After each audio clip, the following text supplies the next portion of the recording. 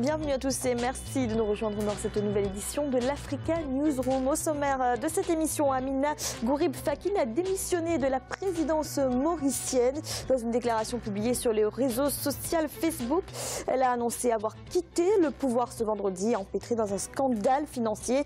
Un message dans lequel elle dit vouloir laver son honneur. Le gouvernement américain impose des restrictions sur les importations de brut sud-soudanais. Une décision qui fait suite à la publication d'un rapport qui montre que la société publique du pétrole est la principale source de financement de la guerre actuellement en cours dans le pays. Et puis lumière sur un film qui fait parler de lui en Guinée et pour cause, à qui la faute du réalisateur Lanciné Silla est un long métrage qui aborde sans tabou le sujet des maladies sexuellement transmissibles. Et pour nous accompagner pendant cette émission, nos invités, Christian Nana, vous êtes conseiller en investissement, bienvenue. Merci Fanny, bonjour à vous et puis bonsoir à nos chers téléspectateurs. Et avec nous également Serge Dossouyovo, vous êtes consultant en politique de développement, bienvenue. Merci Fanny, bonjour à tous les téléspectateurs d'Africa 24. Tout de suite l'actualité politique.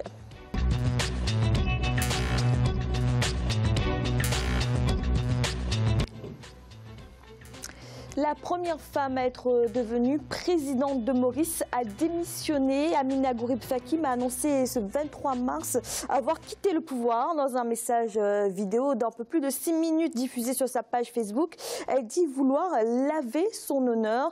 La désormais ancienne chef de l'État est en effet soupçonnée d'avoir utilisé la carte bancaire d'une ONG pour des achats personnels. Des accusations qu'elle continue de nier. Ashley Duprat. Mes chers compatriotes, aujourd'hui, le 23 mars à midi, on peut quitter les fonctions de présidente de la République. On peut aller avec le cœur gros, après qu'il me complète un peu plus que la moitié de mon mandat de 5 ans.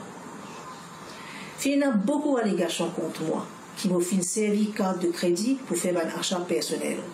Mais ce qui n'est pas assez rapporté, c'est que quand on réalise ça erreur-là, mon fil rembourse la totalité de sa bonne dépense-là tout de suite depuis mon fonds personnel et que ceci fait confirmé par l'organisation. Et tout ça remonte à début 2017. Je reste confiant que si l'enquête pour faire, la vérité pour éclater et pour laver mon honneur. Nous, Mauriciens, nous connus pour les débrouillardises et pour l'esprit d'entrepreneur. Et dans le jeu du monde, nous reste un modèle de vivre ensemble, de paix, d'harmonie sociale et contre la diversité comptée. Un pays contre la démocratie, contre la décence, le respect de l'autre et la vérité restent une valeur qui bisanguit nous. Finalement, je suis content de remercier le gouvernement, le judiciaire, les membres de l'opposition et les différents ministres pour cette collaboration. Vive la République de Maurice et merci. Serge Dossouyovo, une présidente qui démissionne suite à un scandale financier. Qu'est-ce que cela vous inspire? Je crois que c'est la première fois qu'on entend ça. Et bon, on peut dire que c'est une poursuite légitime d'un processus démocratique qui s'installe, qui s'enracine.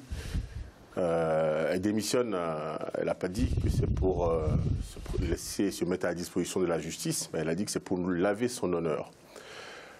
Alors ça veut dire qu'elle continue de nier ce qu'on lui reproche. Aujourd'hui, bon, tout ça est traçable.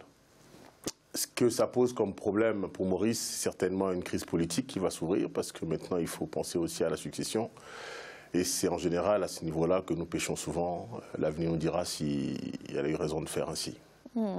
Et notre éditorialiste Gemal Taleb nous a rejoint. Bienvenue Gemal. Merci Fanny et bonsoir à ceux qui nous regardent et pardon pour le retard. Alors Gemal, cette histoire de scandale financier, il ne s'agissait au départ, en tout cas pour l'instant, que de soupçons, des accusations qu'elle continue de nier. Est-ce que cette démission n'est pas prématurée finalement ? Elle est la seule juge de l'opportunité de sa démission. Donc il nous est difficile de juger quelle est l'opportunité, pas le bon timing pour la démission. Ce n'est pas à la limite sur ce sujet-là que j'ai envie de me prononcer. L'île Maurice nous a inventé une vie en commun de plusieurs communautés plutôt harmonieuses et heureuses. Elle nous a inventé une santé économique insolente. Elle nous a inventé un système bancaire qui est probablement parmi les plus performants de la région. Et voilà qu'elle nous invente une vie politique qui fonctionne très bien. Peut-être qu'elle est innocente, Enfin, elle a quand même utilisé la carte bancaire et elle le dit. Et puis... Elle dit avoir remboursé. Hein. Très bien. Et puis oui, mais le fait de l'avoir utilisé en soi est, semble-t-il, en tout cas suffisant pour caractériser ce qui s'est passé. Mais à la limite, moi, je préfère retenir autre chose. Moi, je n'aime pas la vie politique aux pays nordiques qui, à chaque fois qu'on a acheté 2 paires de chaussettes, on devient en soi un voleur. Je n'aime pas ça. Et je n'aime pas cet appétit qu'on a parfois à laver tout blanc, quoi qu'il en soit. Ça ne veut pas dire que je soutiens ni l'opacité, ni le vol. Mais entre le vol et ça, il y a généralement une différence. Et donc, l'idée de penser qu'à chaque fois qu'on a un petit truc à se reprocher, nous allons créer une crise politique, et vous avez raison de dire qu'il y a une crise politique qui s'ouvre, évidemment, c'est une réalité. Mais en même temps, on n'a tellement pas de transparence politique, on est tellement peu regardant sur la gestion des affaires publiques et de la dépense publique, souvent dans nos pays, qu'à la limite, ça nous donne une bouffée d'oxygène en nous disant quel pays merveilleux, qui est effectivement un pays merveilleux. Mais ce pays merveilleux est aussi en train de nous donner probablement un regard nouveau sur pas ce qu'il faut faire, mais en tout cas ce qu'ils font eux et qui probablement peut nous donner une indication sur ce qu'il faudrait faire de moins bien, de mieux chez nous. Christian Nana, est-ce que ce n'est pas une fragilité des institutions que de se plier comme ça à chaque fois qu'il y a une révélation dans la presse? Oui, je vais m'inscrire dans le sens de votre question, Fanny, et un peu à rebrousse-poil de Djemal et de M. Dossou. Je pense que c'est une mauvaise chose qu'elle ait démissionné. Je crois qu'un président, même si c'est un président qui n'a pas autant de pouvoir que si on était dans un système présidentiel, un président doit être quand même au-dessus de certaines choses et doit bénéficier d'une certaine protection. Si je vous prends 2 exemples de démocratie qui fonctionnent relativement bien, qu'on connaît, en France, par exemple, pendant son mandat, le statut pénal du chef de l'État ne permet pas qu'on le poursuive. Aux États-Unis, les causes de poursuite d'un président, c'est ce qu'on appelle impeachment offense. C'est-à-dire que ce n'est pas le fait d'avoir commis un délit, il faut que le délit soit suffisamment grave pour porter atteinte au fondement du pays. Donc là, on parle d'une affaire de carte de crédit pour une association, une ONG pour laquelle elle faisait du travail, et elle dit qu'elle s'est trompée de carte de crédit. Bon. Voilà, moi je crois que ce n'est pas au niveau de la démission, parce que quand elle démissionne dans de telles conditions, elle crée plus de problèmes qu'elle n'en résout. Elle crée une crise politique, une crise de succession, etc. Donc je crois que pour la stabilité d'un pays, il faut accepter le combat en politique. Il faut accepter qu'on soit critiqué. Il faut aller au charbon. La politique, c'est un combat. C'est pas parce qu'il y a une violence d'attaque liée à cette affaire que ça justifie une démission. Djemal, vous n'êtes pas d'accord? Mais je ne suis pas d'accord avec Christian, et Dieu sait qu'on est souvent d'accord. Je ne suis pas d'accord parce que, d'abord, c'est elle qui démissionne. Donc le seul juge de l'appréciation de la nécessité de démissionner ou pas, c'est elle. Et donc elle a jugé qu'il était nécessaire de démissionner, elle l'a fait. Donc personne, en réalité, ne lui a mis ni une procédure d'impeachment, ni un couteau à la gorge pour lui demander de démissionner. Premier point. Le deuxième point, c'est que si elle a démissionné, je soutiens encore une fois pas une espèce de puritanisme que je n'ai pas, et je suis loin d'être un puritain. Mais enfin, je ne peux pas être plus réaliste que le roi. Elle-même a jugé qu'il fallait démissionner. Mais le facteur pour moi que je retiens et qui est le plus important, c'est que, je le disais tout à l'heure, on est tellement peu habitué à nos chefs d'État et à nos États avec une vertu tellement importante que finalement, quand il y en a comme ça, on se réjouit. La deuxième chose, c'est que finalement, et je le dis, c'est que la vitalité des institutions de Maurice sont telles qu'ils sont capables de supporter un choc pareil. Et je pense, moi, que c'est une espèce de mesure importante de la fiabilité des institutions et de la démocratie mauricienne. Je préfère retenir ça. Dommage pour elle, et je suis d'accord de ce point de vue-là avec Christian, probablement que pour si peu, ça ne vaut pas tellement la peine. Mais mon degré d'exigence n'est à la limite même pas en fonction de Maurice lui-même, mais dépasse Maurice et va sur le continent africain. Si tu permets, Djemal, juste un mot. Je ne suis pas sûr qu'elle soit seule juge, justement, de l'opportunité de la démission, parce qu'elle crée un précédent. Donc, elle crée un précédent d'un président qui a démissionné pour une histoire de carte de crédit banale, j'allais dire. Bon, on n'est même pas sûr que ça... Le mélange n'est quand même pas banal. On n'est pas sûr que c'est même au niveau de l'abus de bien social. C'est-à-dire que pour l'instant, il n'y a même pas encore d'enquête pénale. Non, bien sûr, mais c'est évident. Voilà. Donc le fait de créer un précédent fait que au-delà de la décision qu'elle a prise, il y a d'autres personnes qui sont susceptibles de s'en inspirer. Ouais. Et je pense que c'est un mauvais exemple. Donc, Non, dans ces conditions, c'est pas simple. Elle a décidé, effectivement, c'est sa décision. Mais je pense qu'il fallait qu'elle mesure les La question conséquences. se pose, est-ce que dans... Là, moi, je vous rejoins. Voilà. Il faut qu'elle mesure les conséquences de l'acte qu'elle pose. Et c'est ce que je disais dans ma première intervention. C'est-à-dire, oui, démissionner parce qu'elle veut résoudre ce problème-là elle-même. Ça implique quand même, comme vous le disiez tout à l'heure, avec d'autres mots, on va pouvoir mesurer la solidité des institutions. Est-ce qu'une présidente ne doit pas être au-dessus de la mêlée? Non, bien sûr que non. À partir du moment où le président fait une espèce de confusion entre sa carte de crédit et celle d'une ONG, à partir du moment où le président n'est pas capable de comprendre qu'est-ce qui est du domaine public et qui ne l'est pas, à partir du moment où le président n'est pas capable de dire voilà ma poche et voilà la poche des autres, et que finalement l'évolution naturelle de nos sociétés, de nos démocraties, de nos institutions est plutôt d'aller vers ça. Encore une fois, je suis loin de faire l'apologie des systèmes norvégiens, même si la Norvège est un pays absolument remarquable, il faut qu'on soit clair, et j'aimerais bien qu'on soit tous comme la Norvège, il faut qu'on soit clair. Mais c'est probablement même pas ce que je recherche, je veux un minimum. L'île Maurice, elle, nous donne ce qui est inimaginable ailleurs, mais imaginez, c'est même pas possible. Mais enfin, elle nous donne une mesure nouvelle ou une tendance nouvelle vers laquelle nos jeunes démocraties, nos jeunes États, nos jeunes gestionnaires de l'autorité publique, des affaires publiques doivent probablement aller. On ne leur demande pas jusqu'ici de ne pas faire attention à une dépense sur une ONG. On leur demande encore des choses moins exigeantes. Mais enfin, l'île Maurice, elle, nous donne un exemple formidable, remarquable, et je ne peux absolument pas le jeter d'un revers de main comme si ce n'était pas une révolution fondamentalement importante pour le continent africain, sans doute, mais puis l'île Maurice d'abord. Mais le problème, c'est que là, c'est parce qu'elle a utilisé la carte bancaire que ce problème naît.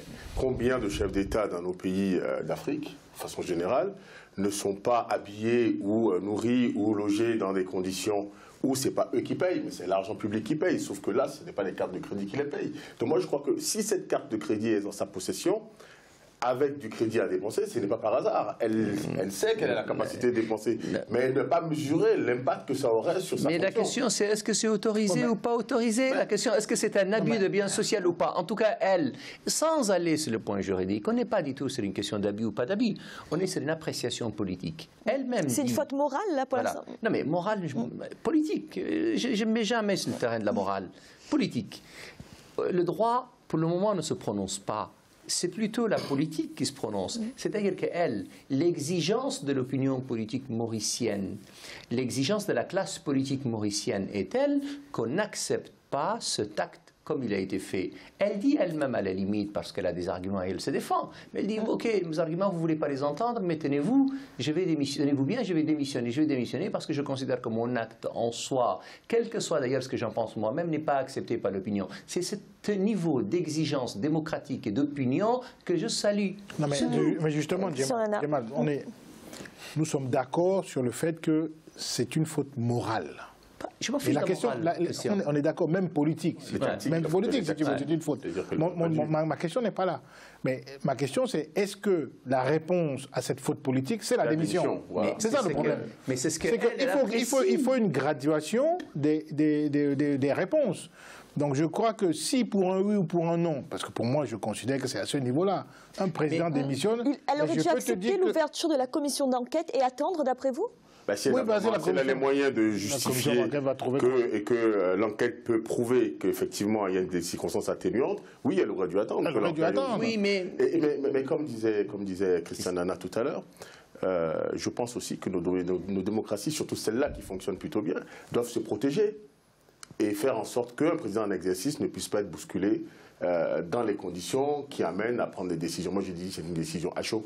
Voilà. Mais est-ce que se protéger... qui va créer plus de problèmes qu'elle n'en résout. Pour le coup, je vous pose la question. Est-ce que se protéger, finalement, ça n'est pas de créer un précédent nécessaire pour la bonne gestion des affaires publiques et de dire le mélange inacceptable entre une carte de crédit d'une ONG.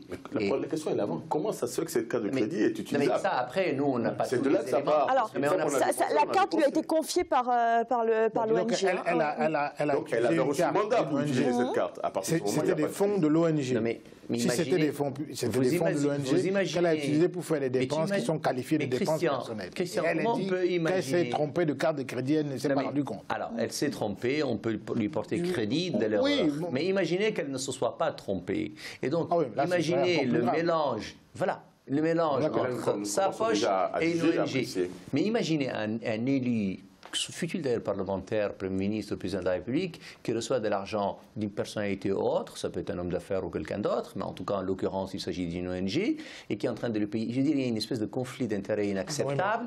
Ne soyons pas naïfs, jamais. Mais je ne parle pas de naïveté, Christian. Quand nos dirigeants dans tous les pays ont des fonds secrets qu'ils utilisent à discrétion, on légalise même l'utilisation à des fins privées de fonds publics. Non, tu peux pas mélanger. Et ça fait fonctionner la démocratie. Donc, le fonds secret, les fonds secrets sont une dotation. Non, c'est une dotation acceptée, votée par le Parlement dans des conditions données. Et pour lesquels l'utilisateur les utilise à sa discrétion. Absolument. C'est-à-dire qu'elle peut utiliser les fonds secrets pour aller acheter des bijoux, c'est légal. Mais à partir du moment où le Parlement l'a voté, autorisé comme ça, le problème est réglé. Donc c'est ce mélange-là qu'il ne faut pas faire. Mais je ne suis pas en train de dire qu'il faut utiliser des fonds secrets à des fins personnelles. C'est pas ce que je dis. Ce que je dis, c'est que le niveau de la problématique qui est posée sur l'utilisation de la carte de crédit, là, le jeu n'en vaut pas la chandelle. C'est simplement ce que je dis. Parce que vous avez des méthodes cruciales pour qu'on en arrive à prendre une décision. Parce que quand même, elle est chef d'État. Elle garante un certain nombre de stabilité dans le pays. Le fait qu'elle s'en aille va poser des problèmes. Et ça, on en est conscient. Politiques, économiques, sociaux. Et que penser de la somme incriminée, par exemple 25 000 €? On est loin des sommes qui sont dans les scandales financiers. C'est-à-dire que 25 000 €. Quand on ramène ça dans le contexte de Maurice, on peut l'apprécier différemment que quand on est dans un contexte autre. Mais la question qu'il faut se poser est de se dire, tout à l'heure vous parlez du Parlement qui légalise et qui permet à un chef d'État d'utiliser les fonds secrets. Si cette ONG lui confie cette carte bancaire, avec possibilité potentielle, je fais le pléonasme exprès, de l'utiliser, honnêtement, je ne vois pas le problème. Ah si. Non, mais c'était pas pour faire ce qu'elle a Merci, monsieur. On va là, il y a un problème. clôturer le débat. Non, il y a un problème. C'était pas pour faire ça. Non. Il y a un conflit clair. Le problème vient du fait qu'elle se dit que c'est trompée de carte. Ouais. Mais si elle a la carte en sa possession, c'est qu'elle peut l'utiliser pour des dépenses qui sont liées à son travail dans la société. Merci, messieurs. On va clôturer le débat. Merci. Nous allons marquer une courte pause dans un instant, la deuxième partie de l'Africa Newsroom. À tout de suite.